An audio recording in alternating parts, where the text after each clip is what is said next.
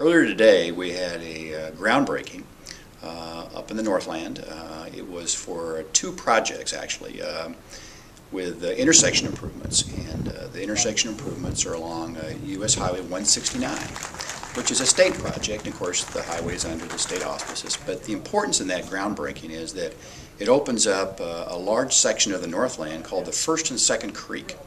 Now, one might ask what the First and Second Creek are. Well, back in the earlier days when folks were discovering the north part of the river, they traveled from Liberty, Missouri, all the way over toward the Missouri River.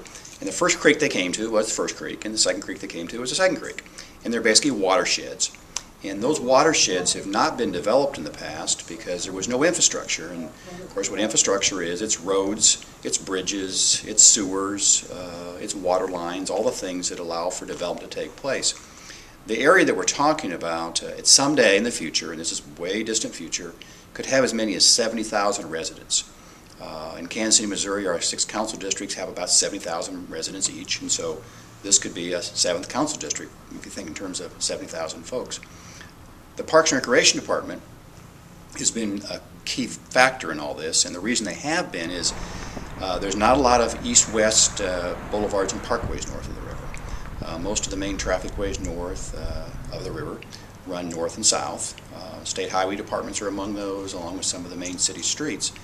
But back in the 60s, as some of you may be aware, north of the river was annexed back in 1957. And then in the early 60s, there was some planning done by the Parks and Recreation Department to lay out the boulevard and parkway system north of the river. KC is known for boulevards and parkways. The southern part of the city, we are there again kind of on the national map for boulevards and parkways, and we have about 130 miles. But we've not moved quickly into building the boulevards and parkways north of the river until recently. We've actually put in about 10 miles in about the last 10 years.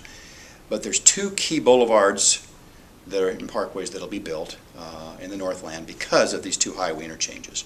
One of them is Tiffany Springs Parkway, which runs east-west, and Shoal Creek Parkway, which also runs east-west. The terminus of Tiffany Springs Parkway is over by I-29, over by KCI, and it would then move east and eventually come to the 169 highway interchange and open up all that land in the First and Second Creek with Tiffany Springs Parkway. And that was laid out in the early 60s. So we're just now coming to the point of having that parkway connect up to the state highway system. And then, and that's about 96th Street. And if you go up to 108th Street, which is about a mile north, Shoal Creek Parkway comes in. Now, interesting enough, Shoal Creek Parkway is in the eastern part of the Northland right now, over by Liberty. It's heading that direction, and then again, when this connection happens at the highway, you'd have, at 108th Street, you'd have Shoal Creek Parkway, another east-west linkage about a mile north of Tiffany Springs Parkway. And again, helps open up the First and Second Creek watershed area. At the same time, there is movement afoot to do the sewer and water. As I mentioned earlier, part of the infrastructure is not only having the road transportation, but also having the critical sewer and water connections. We all know in order to have development, whether it be residential or commercial, you've got to have that infrastructure. You've got to get the people to the places, and then you've got to have, of course, water and sewer. And then, of course, electrical power and cable TV and all that stuff follows. But that's not that complicated and not difficult, quite frankly. It's all the stuff below ground is where all the work is required. 1, 2, 3, dig!